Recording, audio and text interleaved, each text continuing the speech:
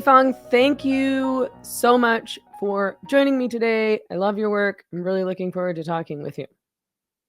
Thanks for having me. So I am curious, before we get into some of the stories that you've been covering in your work lately, I'm curious to know a little bit about how you got into journalism and your political trajectory. I know you worked with the Intercept for a long time until very recently. Yeah, I mean, I don't know where to begin. I'm a millennial, and I feel like I meet a lot of other people around my age that had a similar path. I just kind of had maybe some different variables in the mix. You know, I grew up in the Washington, D.C. suburbs, so I had a lot of proximity to D.C. I was kind of, I don't, maybe the term is radicalized or heavily influenced by the Bush administration and its excesses, the war in Iraq, the war on terror, mass surveillance, the kind of melding between the security state and the kind of extreme polarized kind of evangelical politics, I guess, that were practiced. In 2004, I mean, I was just horrified looking at how Bush methodically placed, uh, gay marriage, state constitutional amendments in every swing state to turn out the evangelical vote. And like a lot of uh, people on the left or center left, I kind of drifted in and out of different organizations and activist groups in my adolescence. Um, but I mentioned the proximity to DC because I think it's unusual or whatever. I don't know. I just became kind of obsessed with going to Washington DC. I could hop on the bus or metro and get downtown pretty quickly. And I volunteered and interned at like a dozen different places. I would, kind of get interested in different activist groups or Democratic politicians and write to them and ask if I could just be a volunteer in their office or work at different think tanks and um, nonprofits. And I did this throughout high school and college. I went to the University of Maryland, and uh, I kind of realized that if I wanted to have my voice heard, working in the media would probably be the best way to do that. And I kind of got involved in, um, I guess, for lack of a better term, opposition research, digging up dirt about opponents to progressive reforms. I worked at the Center for American Progress and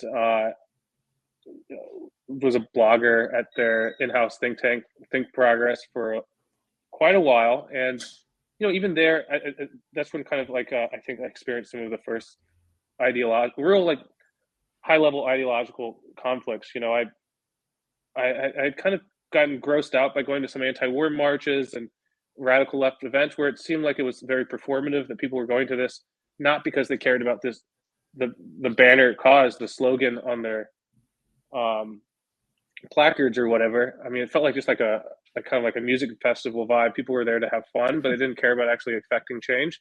So I drifted towards the kind of establishment liberal um, organizations. But then when I was there, I was similarly disgusted. At a lot of these think tanks, you had so much corporate money Yeah. dictating the guardrails of what you're allowed to criticize and not allowed to criticize. A lot of partisanship of like, okay, maybe we're helping elect some kind of politician and pass some bill, but you've got to only criticize the other side. You can't, at the Center for American Progress, we were discouraged from criticizing Comcast, from criticizing Democratic leadership, from criticizing Obama. So it's like I'm not comfortable in this milieu either. The protest left seemed silly and like a lifestyle, not actually about affecting change. And then the establishment Democratic left was just so inherently corrupt. I wasn't comfortable there either. And now I'm in another kind of ideological tension. I ran my own investigative site. I freelanced for lots of different magazines. I had some different fellowships. And then for the last 7 years, I worked at the Intercept, which was, very exciting in the beginning because it was promised to be this bold, adversarial, independent organization that was going to set the world on fire. Uh, Investigate everyone. Have no sacred cows. Go after this national security state. Go after like corruption in the media. Go after everyone. And we had this billionaire backer, so there's no reason to have these kind of self-censoring dynamics that you see in a lot of other media outlets or in other like left-leaning publications. But the Intercept kind of devolved in a lot of ways. It became just kind of another run-of-the-mill left-wing media outlet that felt like it had maybe within the contours of some kind of cultural left space, but basically repeat the party line on almost any topic of the day. Famously, they attempted to censor Glenn Greenwald, one of the founders, on the Hunter Biden issue, where the Hunter Biden laptop was reported in October 2020. There's some social media censorship. There's like kind of the intelligence apparatus was working with the Democratic Party to smother the story. And I don't even think the story would have necessarily determined the outcome of the election, but just the fundamental issue of like, should you be able to report real facts, or should you allow these kind of scurrilous and bad faith accusations of Russian disinfo dictate what you do as a media outlet? Mhm. And there were many other examples of this, but that's a very public turning point. So yeah, now I don't feel comfortable in that kind of media space. Yeah. But yeah, I don't know if that kind of answers your Yeah. question.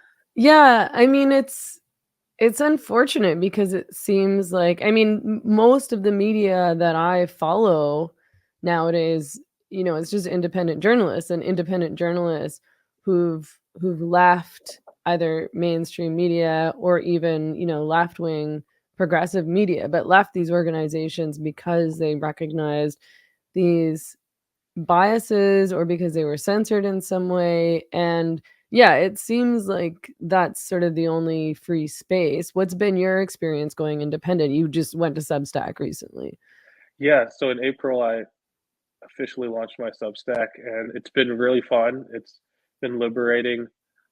I will continue doing a lot of the similar journalism that I did at the Intercept, looking at political and corporate corruption and influence peddling, um, but also, looking at all the other kind of interesting issues in the media and in society, looking at the influence. If we talk about why so many left wing publications have basically the same editorial content, the same Yeah. guardrails, and Yeah. you see them saying the same thing.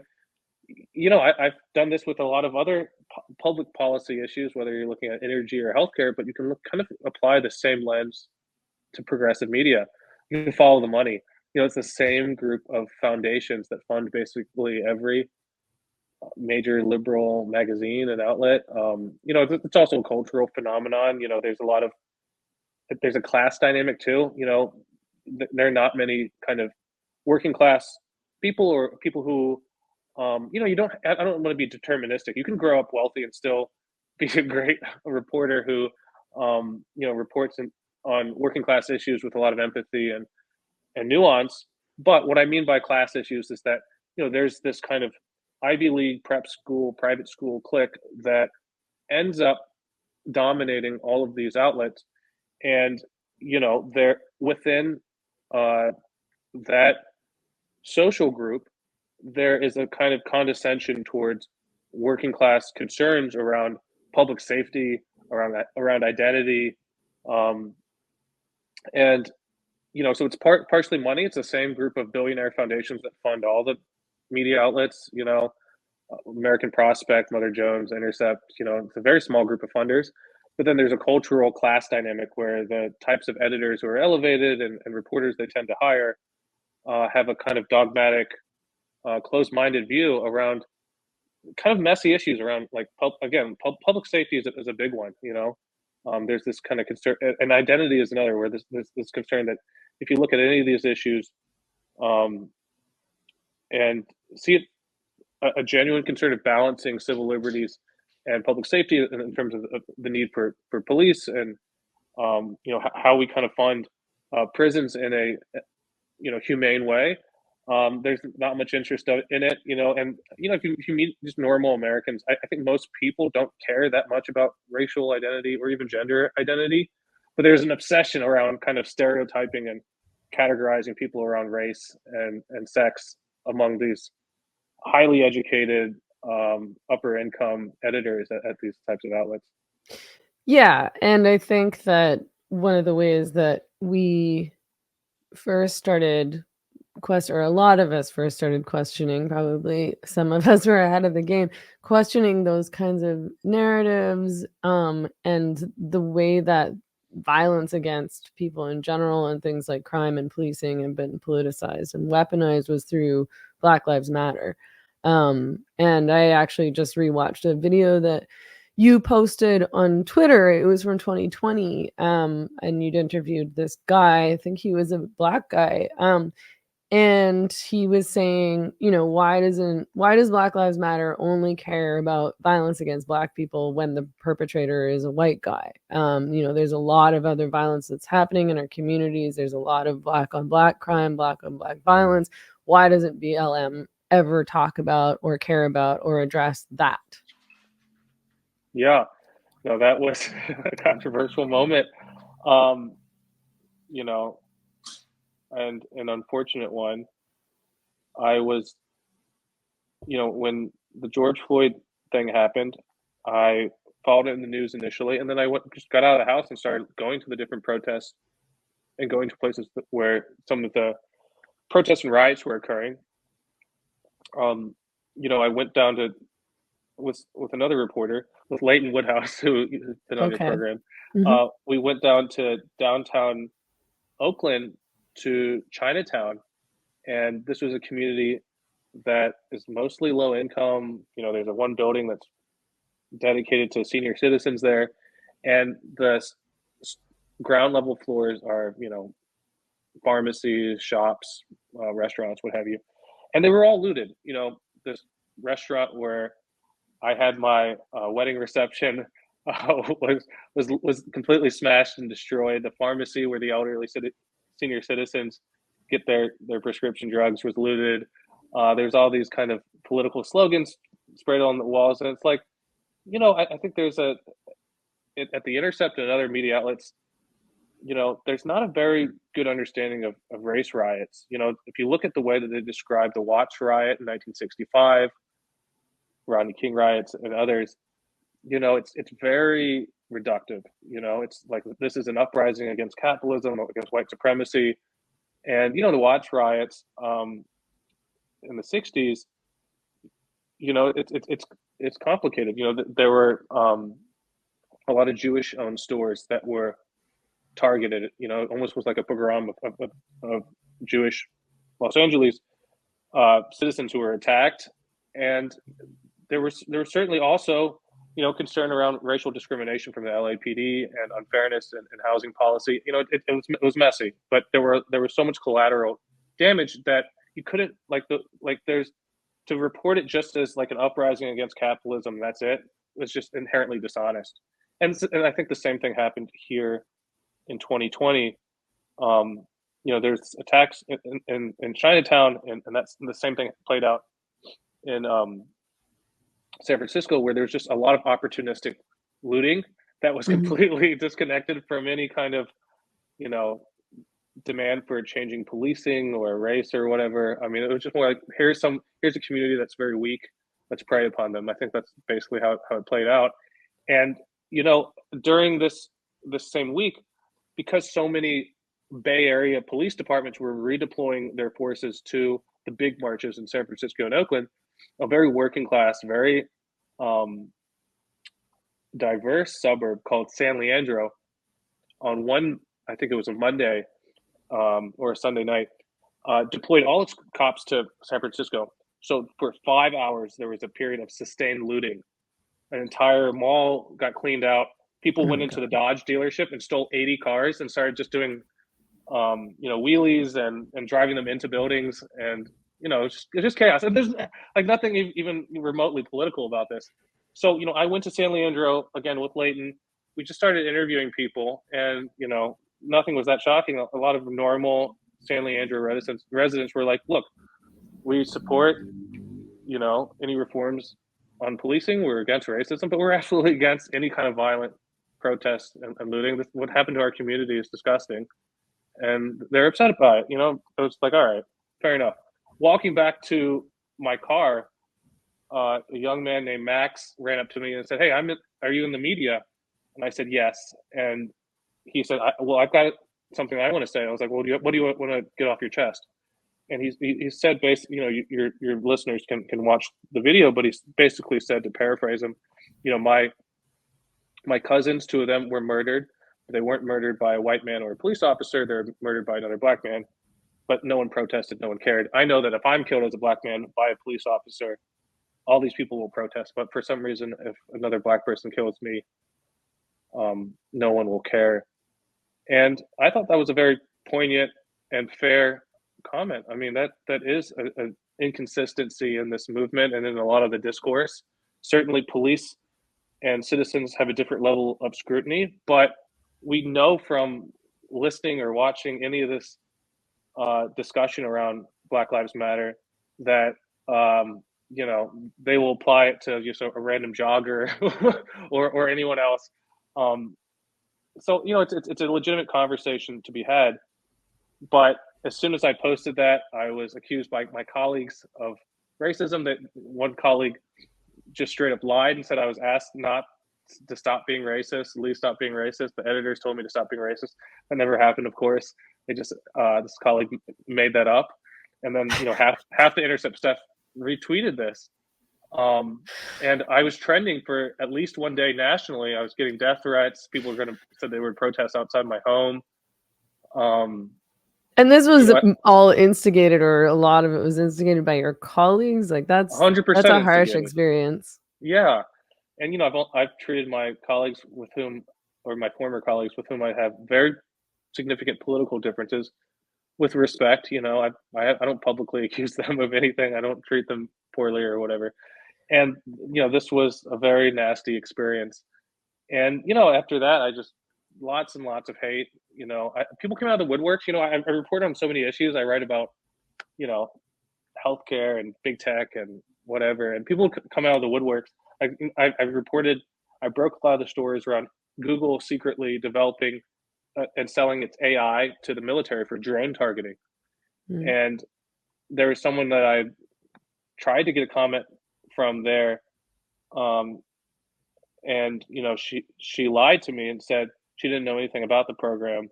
But what I found out later is that she then alerted the Google higher ups that I was digging around for the story to try to kill my story. I mean, just really nasty person in that sense. And this person, who for some reason doesn't like me, they're known as kind of like diversity activists within Google, and since they talked about how they wanted to talk to whistleblowers, I assumed that maybe they would be a safe person to ask about the story. But then this person said, this incident with the interview with Max in San Leandro, shows that I'm racist. Everyone knows that I'm racist. No one should ever talk to me as a source, or any source should never come to me. And since sent this to all this activist list that you shouldn't trust Lee because he's a racist. It's like, where is this coming from? It's crazy. And then other people, some former tobacco lobbyist was like, oh, that's why you can never trust Lee's stories. I've written about him because he's a racist. It's like all the people came out of the woodworks who didn't like me for whatever reason. And then there was a lot of reporters. There was a reporter at the Washington Post who quote tweeted and was like, Lee found the one black man who agrees with him and then tricked him into giving this interview. It's like, like a reporter is just making this stuff up about me. Amazing. Yeah, so it was crazy. That whole month was a deluge of hate and social media craziness. I mean, it's really depressing how unethical so many journalists have become. I don't know if you feel like this is something new. I mean, it seems like it's certainly something new, and it seems like at one point there were journalistic ethics that were followed by most people in the media. I guess I'm curious to know what you think. I mean, is mainstream media, is legacy media kind of done? Have they taken there's always been a bias, and there's always going to be a bias so long as there's these big funders. But it does seem like things are worse. Like, it seems like it's no longer just, actually somebody asked this question on my Patreon, no longer about like manufacturing consent per se, but it's about just outright lies and false narratives, and they're not even I mean, they're just making things up. I mean, I'm not sure the right term to use, but it does feel like, when I got into politics, like I was mentioning, I was really interested in evangelical Christianity. I mean, I'm open to any religion. I'm an atheist, but I feel like everyone kind of religion can play a really positive role for people. But I was really interested in how this kind of zealot mentality that it's so black and white, it's Manichaean, seeing the world in good and evil, and applying that to public life and to set public policy and how we report the facts through that kind of very extreme lens. And it feels very similar. I'm not the first to have this analysis that certain types of wokeness are like a religion. That's an old that's now kind of like a common saying, but it feels cult like, where you Yeah. can't even see the reality that's right in front of you. That, look, I go to this community, it's a working class community in Southeast DC and Anacostia, and I talk to people and they care about public safety. They say, look, we don't want public. We don't. It's a lot like talk to people that day in San Leandro.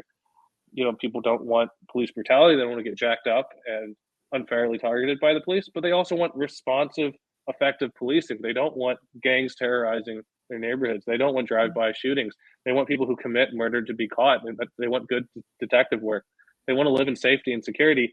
And then when you go into these editorial meetings with people who grew up in gated communities and with silver spoons in their mouths, they engage in the most crude racial stereotyping, that they say, oh, you know, if you're brown or black, you don't like police, you want to abolish police. And that's how it is. And if you're white, you like police. It's like Yeah. you're not reporters if you're stereotyping and making these racial generalizations, and you're claiming that you speak on behalf of a racial group, or you're assigning inherent characteristics to a certain racial group. It's not journalistic at all. It feels like a cult.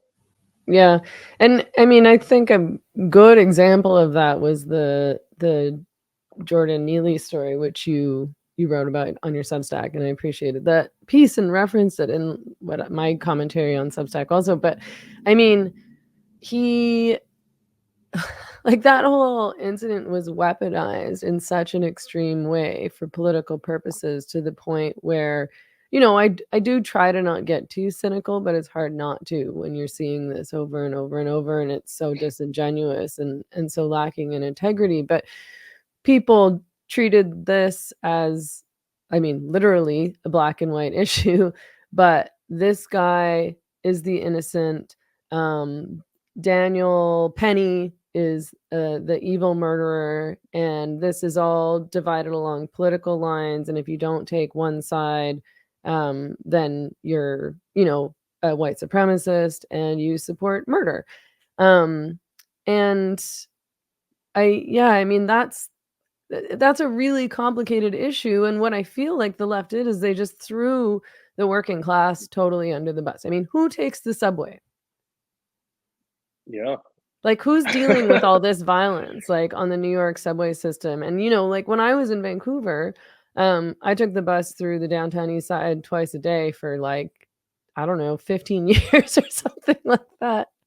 And I haven't lived there in 2 years, so it's even worse now. But, like, it was so stressful being on the bus that I just started walking home from work for, like, an hour. Yeah. I mean, this is reshaping our politics, this kind of gigantic divergence between people who experience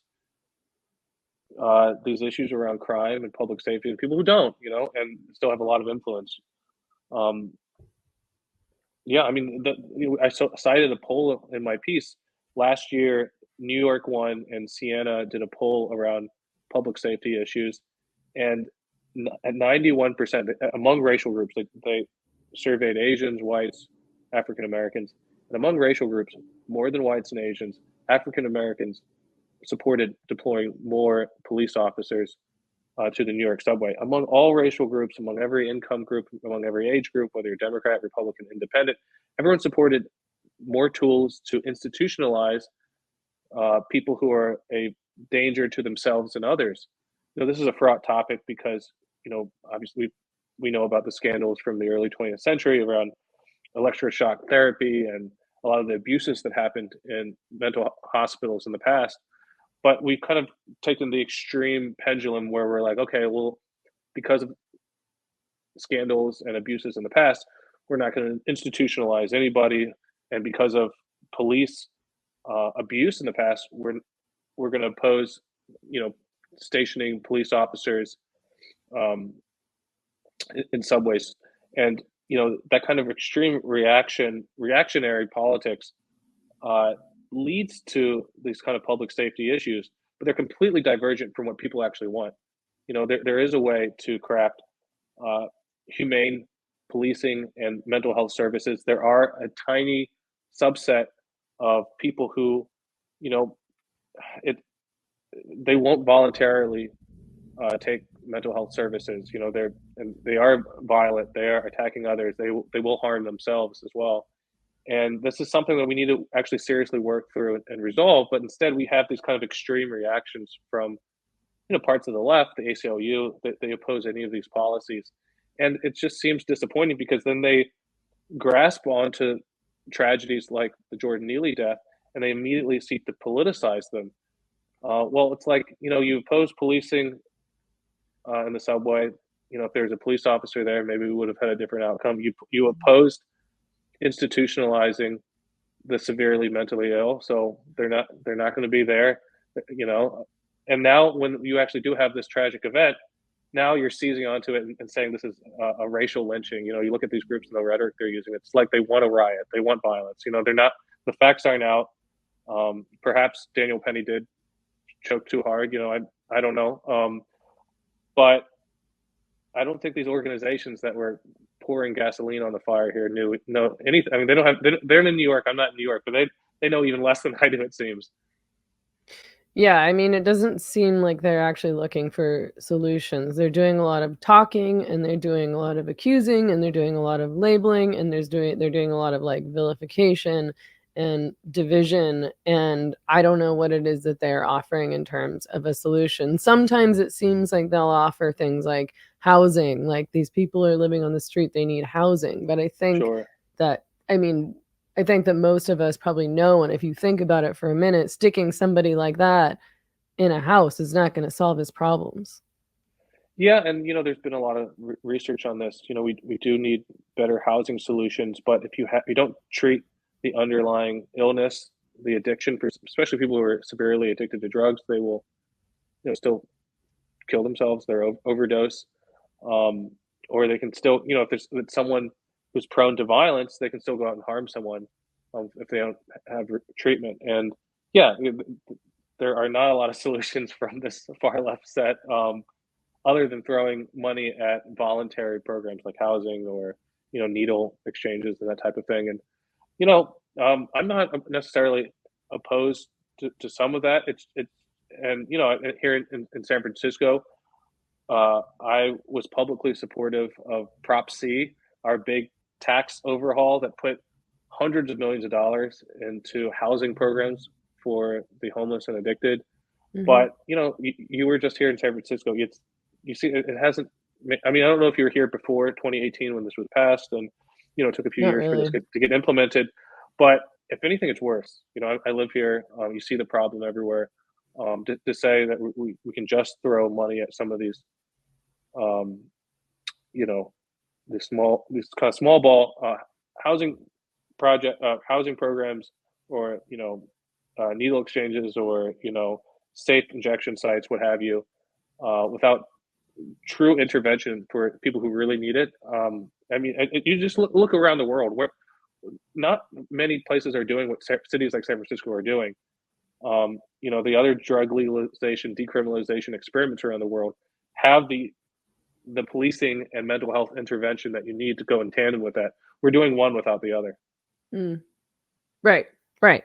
Same thing in Vancouver. And I mean, I also support funding for low income housing. I grew up in housing co-ops. And it's incredibly expensive to live in these cities, and I totally support those measures. But I think you're right, is that it stops at that, and we're not talking about the more complex and perhaps more costly interventions that are probably necessary.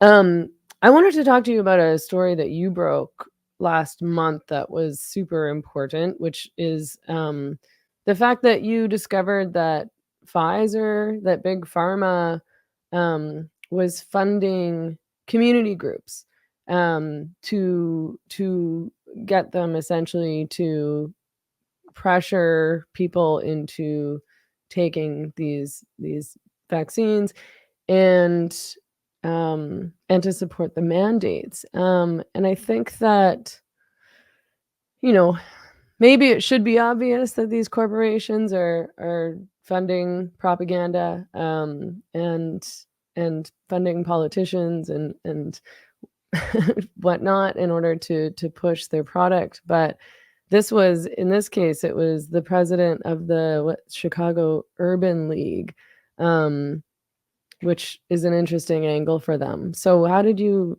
come across that information? Well, I write about healthcare and pharma issues.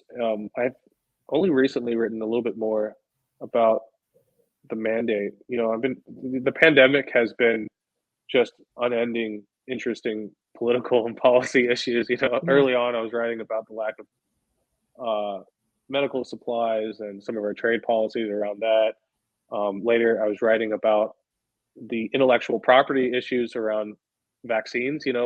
We did not allow the creation, the US did not allow the creation of generic vaccines. And then we also hoarded the vaccine in wealthy countries. Japan, Germany, Canada, the US had a lot of vaccine, and we then pressured young people who probably didn't even really need it, to take the vaccine, while people who were immunocompromised or very elderly in the global south went without the vaccine. There was a lot of vaccine inequity issues, a lot of profit making during the pandemic.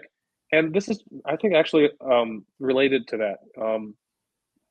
Looking at Pfizer's disclosures, Pfizer, like a lot of American big pharma companies, has engaged in, off-label promotion of drugs, encouraging patients and doctors to use their drugs that are, for a purpose that they're not approved for, which is illegal. Mm. And because of some of the settlement agreements that they've signed, they've agreed to a little bit higher level of disclosure than others. And so Pfizer puts out this special disclosure.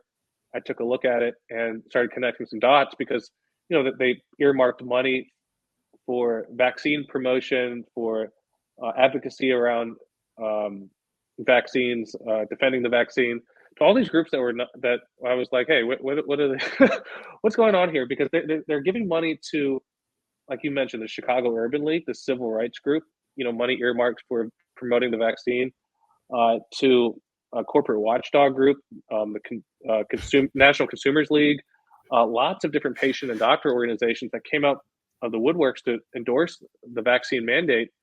And they did so in a very extreme way.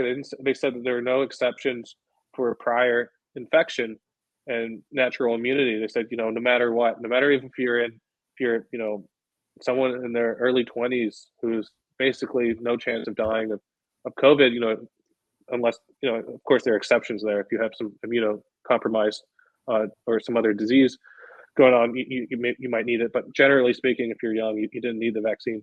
But they still pushed this policy, and they did. And even if they did so, they would have done this, because this is part of what they believe the science showed, or ideologically they supported this. The bare minimum is disclosure. We have decades of research showing that, even there's an interesting study that came out a while ago that showed that even the pharmaceutical practice of giving free pens to doctors that are branded with a, Bristol Myers Squibb or whatever, giving the pens over and over again to a doctor made them psychologically more likely to prescribe that pharma company's drug. So if you're a patient or a doctor or a civil rights group, or, there's a lot of groups that I mentioned in my story, and you're taking this like $100,000, $50,000 Pfizer checks, and you're endorsing a government mandate to force people to take their pharmaceutical product, at the bare minimum you could disclose. And none of these groups did, really. One or two, if you hunted and pecked on their website, you could find it. But when they're engaging in their public advocacy, never mentioned it. And then there were some like the Chicago Urban League, that has like a big disclosure page on their website where they're like, okay, some banks and airlines fund us, and it was all and some other corporations and philanthropies, but no mention of Pfizer when they're engaging in this high-profile campaign to encourage the Chicago mandate and support for the national mandate. So, it's a story that I think is interesting because it shows how the consent and public opinion around this was manufactured. No one would Mm. probably, I don't think people would leap out of their seats to agree with the mandate if they saw that the main group endorsing it was Pfizer, right? But if you want to kind of mobilize public opinion, it's much more efficient as a corporation to work through third-party organizations that have credibility, medical credibility, public health credibility, what have you. Yeah, Well, and that appear to have community interests that are, maybe grassroots groups that you wouldn't connect to uh corporate, you wouldn't think that these people would have like a corporate bias. You would trust these people. You wouldn't think that they would be compromised by money in the way that you would think Pfizer is, or, big mainstream media even, right? yeah. A lot of these groups have a well of trust. They appear as incredibly unbiased, that they're concerned primarily for the public interest, and what makes them all the more effective as Yeah. you know um, at spearheading this corporate policy. And this isn't necessarily new. I've done other stories showing that, and there's quite a bit written about this, about how the opioid lobby, Purdue Pharma and others, increased the prescribing of opioids and the policies around that by working through third-party organizations that influence doctors and patients and regulators. And there's just a long history of this in big pharma and American public health. It's just, this is unique because it's the pandemic, and having a mandate that forces people. At the end of the day, you were never really forced to take your Percocets or your OxyContin, even if they were prescribed unnecessarily for your back pain or whatever. That was the result of a covert influence campaign by the opioid industry. What's different here is that the mandate said that if you didn't take the vaccine, you would get fired. Yeah. That's much more coercive. Yeah, for sure. And there was a race element in this, interestingly, because I mean, I think that it was, you know, I think I was listening to an interview that you did, and I can't remember who it was with. Maybe it was on the Hill or something like that. But I mean, I think it seemed as though it was true that Black working class people were actually less inclined and less interested in taking the vaccine. They were less trusting of these mandates, actually. So it's interesting to then fund a community group that clearly has access to these people more so than, I don't know, some big politician would, who would be less trustworthy in these people's eyes. No, I think that's exactly right. I mean, it's not just narrowly for that purpose. When you see a civil rights group endorsing a policy, if you're any race, if you're, especially if you're on the left of the center, you're more likely to support it. But yeah, the big stumbling block for higher vaccination rates in a lot of communities was the working class African American community.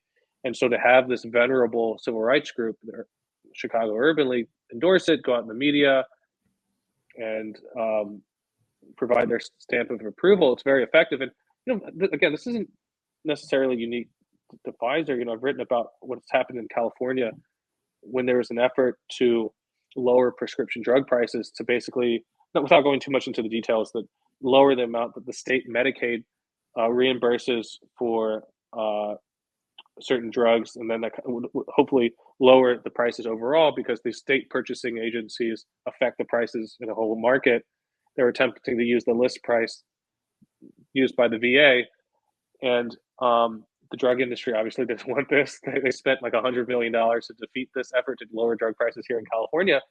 And again, they didn't use their own brand necessarily. They paid off the NAACP, a lot of LGBT groups, a lot of Mm. veterans organizations. That's a much more effective way to shape public opinion and to win these elections. I mean, this was a ballot initiative, and they were successful, even in liberal California, where you would expect maybe there'd be a little bit more of a friendly audience for going after big pharma and drug prices.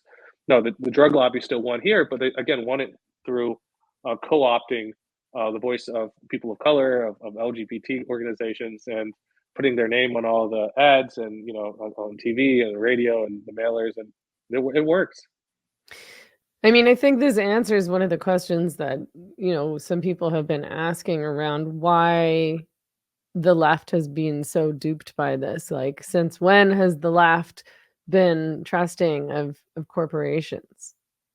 Well, now they are, I think, as long as you use the right emotional triggers. And that's the thing about race and religion. Not to slog this horse too much, but there's I think that it's an emotional shortcut for a lot of people, just like religion is. If you say that this is endorsed by the church, or your pastor talks about this, then it's like, okay, well, maybe I don't need to reason through the complexity of this public policy issue. Let's just trust it.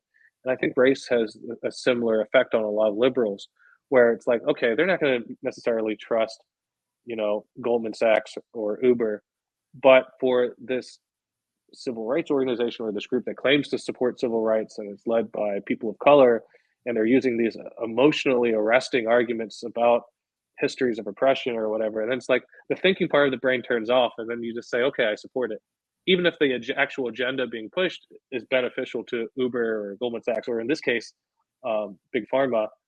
It has a very similar effect. I know you have to get going soonish. Do you have like 10 minutes or do you have to go sooner than that? Yeah, yeah, that's Okay. good. I did want to ask you about another story that you broke last year, I believe, which was around the fact that the Department of Homeland Security was discovered to have been colluding with the FBI and with big tech, of course, to police disinformation. Um, I mean, disinformation I find to be a really interesting term, I suppose you could say. Like, what's the history of that word? What are they talking about when they're saying disinformation? I mean, that's a good question. I don't know the true history, because I think it goes back even to like the 1950s, when during the Cold War, people talked about Russian or Soviet propaganda that they were seeding, in the West. They're behind disinformation campaigns to manipulate people. But it's like, it's another term for propaganda or lying. It seems kind of more academic now. It's kind of tossed around in academic circles and among a lot of very elite foundations. But you know, the way it's applied, it's like, okay, no, like maybe someone lied, or maybe someone said something you don't agree with, and you you want to label this as disinformation. Like I saw this report about you know Russian and Republican efforts to suppress the vote through disinformation. And it's like, okay, that sounds bad. But then you looked at the actual content of the ads that were in the appendix of the study, and it's like, well, no, they just said don't vote for the Democrats. It's like that's not disinformation. That's just kind of Pretty politics. predictable. Like, yeah, it's like this is just what normally happens in every election campaign. People make accusations. Some of them are fair and some are not. I don't know. Yeah. Yeah. Well, and I mean, I think that like the irony is that Russiagate was not real. There, that wasn't what happened. That didn't happen. But in fact, it was the Democrats.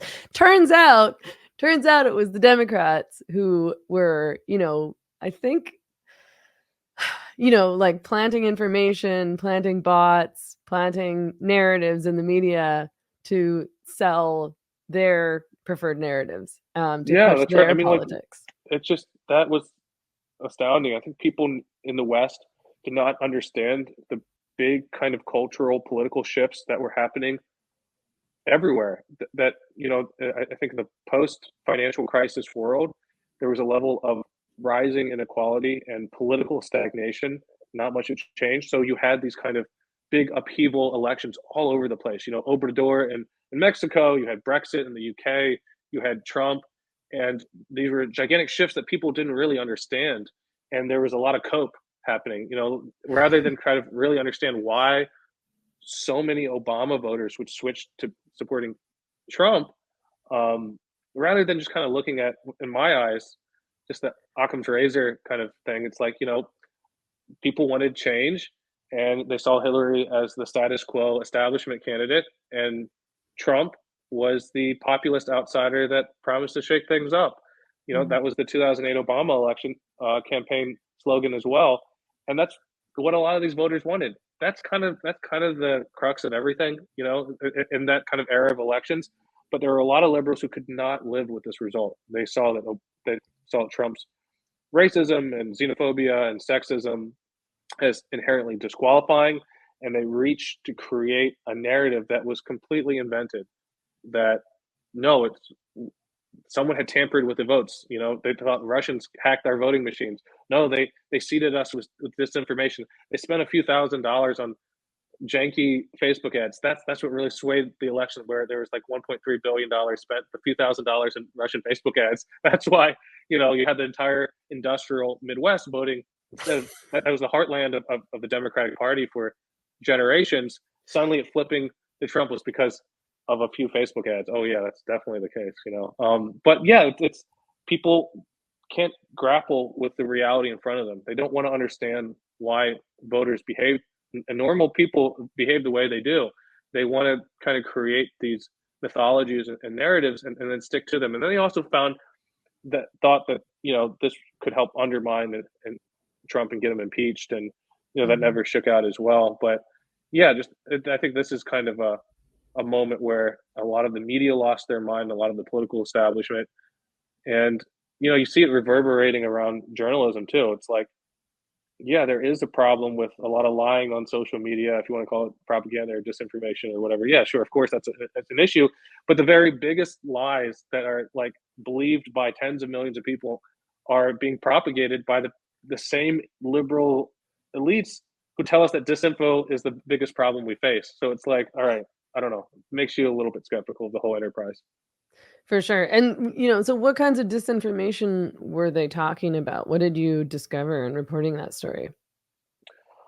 Well, you know, in looking at the 2020 election, there's a new sub-agency of the Department of Homeland Security called CISA. This is something that there were a couple of laws that kind of predicate that were passed, and then this agency that was finally created under the Trump administration. But it kind of goes the history of it goes back into the Obama administration. That because of hacking and other threats, we needed a better fusion of corporate information and government homeland security resources. And then you get this sub-agency of the Department of Homeland Security, and it's finally up and running. And they say, look what happened in 2016 with Russian disinformation, with Russian hacking, with Russian influence. This can never happen again. We're going to make sure the 2020 election is foolproof. Um, the FBI after 2016 expanded a whole new special team, the Foreign Influence Task Force, to 80 agents, mostly working in issues around the Bay Area, because this is where all the big tech companies are. Inter, interfacing with them on a regular basis, and um, in 2020 there was this kind of test apparatus of this new bureaucracy that was created, and so they created a number of portals for a think tank that was based out of Stanford, various secretaries of state, and other kind of election watchdogs to have a backdoor kind of funnel for them to report misinformation and disinformation tweets to the tech companies. And this is all facilitated by the government, by the Department of Homeland Security.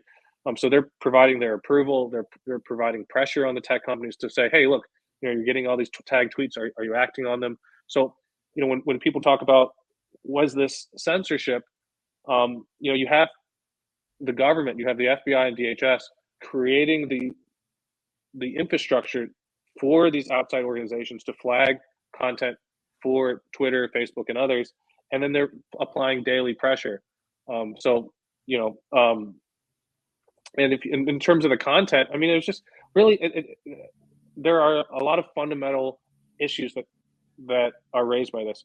One question is this an appropriate role for the government to play? I think Mhm. many would say no. Government shouldn't be picking winners and losers. It shouldn't be interfering in an election around the content around the election. Full stop. But let's say you take the other issue, and let's say you explore this another way. Say, okay, well, disinformation is an existential threat to the United States and to the election. The government has to create this infrastructure for misinformation, disinformation to be quickly taken down. People have accurate information going to an election. That could be the case. Okay, just to at least play devil's advocate.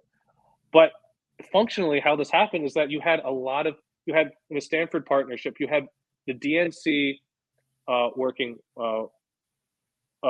with this partnership, and no RNC. You had a very liberal kind of partisan set of content moderators at Twitter partnering with DHS, people who clearly had a preferred outcome. So you look at the Twitter file emails and other emails that have come out and messages from litigation and other disclosures, and you look at really tiny accounts saying, "Oh, look, the election might be stolen. I don't trust mail-in ballots. Make sure to vote in person," and that would get censored if it came from a Republican. Then you'd see almost the exact same message come from Howard Dean or Eric Holder, very powerful Democratic Party figures. Howard Dean was the former chair of the DNC, Eric Holder, the former attorney general under Obama, saying the same thing. Saying, don't trust the Trump administration and their control of the mail. Vote in person. Don't trust vote in mail. And then they would get not tagged and not deleted. It was completely partisan. So I sympathize with a lot of these conservatives that are up in arms saying this was not fair. It wasn't fair. If you look at the actual messages, the same content, the exact same message, you'd see it from both sides. Only one side will get censored. Now, again, I'm not really sure if this would determine the outcome of the election, but to just have also benign tweets saying we need an audit of this election, I don't trust the results. I mean, I'm not that old, but I'm old enough to remember all the liberals and Democrats saying this every single time they lost an election. In 2004, that was like the biggest cause on the left that there were problems with the voting machines in Ohio, and Bush stole the election in one or another. I mean, that was really an era of social media. There was newspapers and blogs. Should those newspapers and blogs have been censored by the Department of Homeland Security? No, of course not. Yeah, exactly. The hypocrisy is very amusing, and people seem to have a very short memory around that. Um, I know you have to get going. I'm curious to know if there's anything that what are you working on right now? What's coming next for you in terms of your reporting? What's your focus these days? Oh, thanks for asking. I'm kind of a generalist. I'm interested in everything. I'm so excited to cover the 2024 election. I want to cover issues in terms of labor policy, of tax policy, a lot of more about just what's going on in California. Substack's been great. I can jump around and cover all types of issues. I want to also just kind of look at some of the hypocrisy too, around public safety and abolish the police, defund the police. I think that's an interesting angle. And I want to just provide scrutiny for powerful institutions where no one else seems to be doing it. I don't want to aggregate or post news that someone else has done. I want every single story that I write to be original, to have something new that someone's never seen, a new document, a new analysis, whatever. And I hope to keep doing that. Right on. I'm glad to hear it. I'll post a link to your Substack down in the show notes when I post this interview. It was so great to meet you and talk to you. I love the work that you're doing. I hope that we can connect next time. And I'm going to be in San Francisco probably at the end of June, and I seem to be there pretty regularly. So hopefully we'll get to meet in person someday. That would be great. Thanks for doing this. Okay, take care. Thanks again. Bye-bye.